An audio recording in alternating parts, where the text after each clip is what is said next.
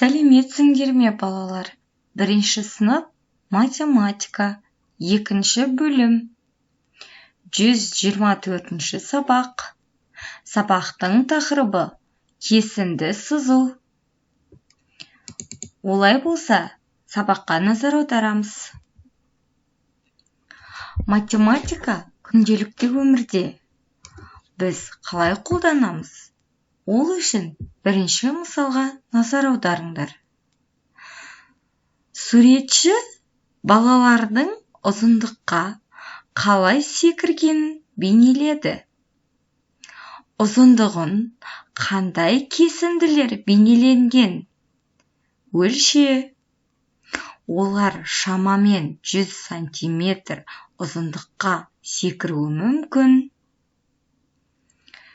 Кесінділердің біреуін таңдап, осындай кесінді дәптеріңе сыз, оның ұзындығын жаз. Балалар, ұзындықтың өлшем бірліктерін есімізге түсіре кетейік.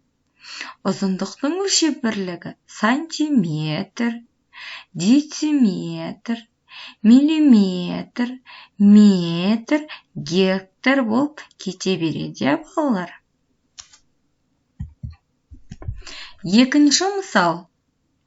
Өзіңе белгілі шамаларды және олардың өлшем бірліктерін ата. Өлшеу құралдарын ата. Балалар, қане, бірінші суретте ненің шамасын өлшейміз? Бұл жерде не бар? Су. Әрине, судың шамасы, яғни бұл жерде судың несін өлшеп тұрмыз? Көлемін өлшеп тұрмыз. Көлемнің өлшем бірлігін есімізге түсіре кетейік. Ол литр. Келесі суретке назар аударайық. Бұл жерде суретте таразы.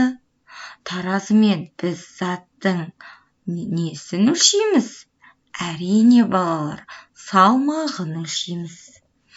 Яғни біз заттың салмағының өлшем бірлігі килограмм. Келесі суретте назар аударайық. Бұл жерде де таразы бейнеленген, яғни заттың салмағын өлшейміз. Бұл алдыңғы суреттегі таразымен салыстырсақ, бұл электронды таразы. Келесі суретке назар аударайық. Бұл жерде судың көлемін өлшейтін құрал. Келесі сурет. Балалар, бұл жерде сағат бейнеленген. Сағаттың өлшем бірлігіне түсіре кетейікші. Уақыттың өлшем бірлігі сағат, минут еді, я, балалар? Жарайсыңдар. Келесі суретке назар аударайық. Бұл жерде алманың несін өлшеген, балалар? Назар аударып, ойланып жауап беріп көр. Балалар, бұл жерде тұрған таразы, яғни заттың салмағын өлшейміз. Өзіндік жұмыс. Берілген кесіндіден 3 сантиметр ұзын және 3 сантиметр қысқа кесінділер сыз. Балалар, ең бірінші кесінді сызбас бұрын біз бірінші берілген кесіндіні өлшеуді ұмытпаңдар. Содан соң ғана тапсырманы орындайық. жұптық жұмыс.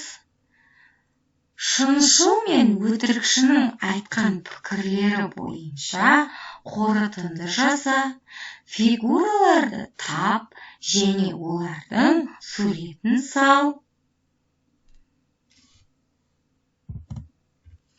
Сен зерттеушісің. Сәлемдемелердің массасын анықта.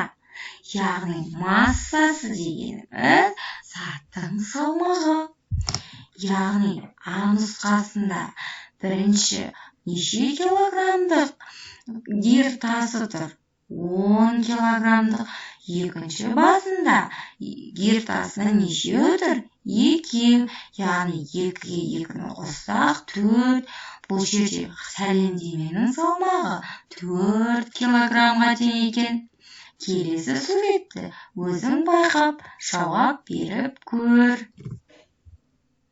Балалар, осымен бүгінгі сабағымыз аяқталды. Келесі сабақта кездескенше сау болыңдар.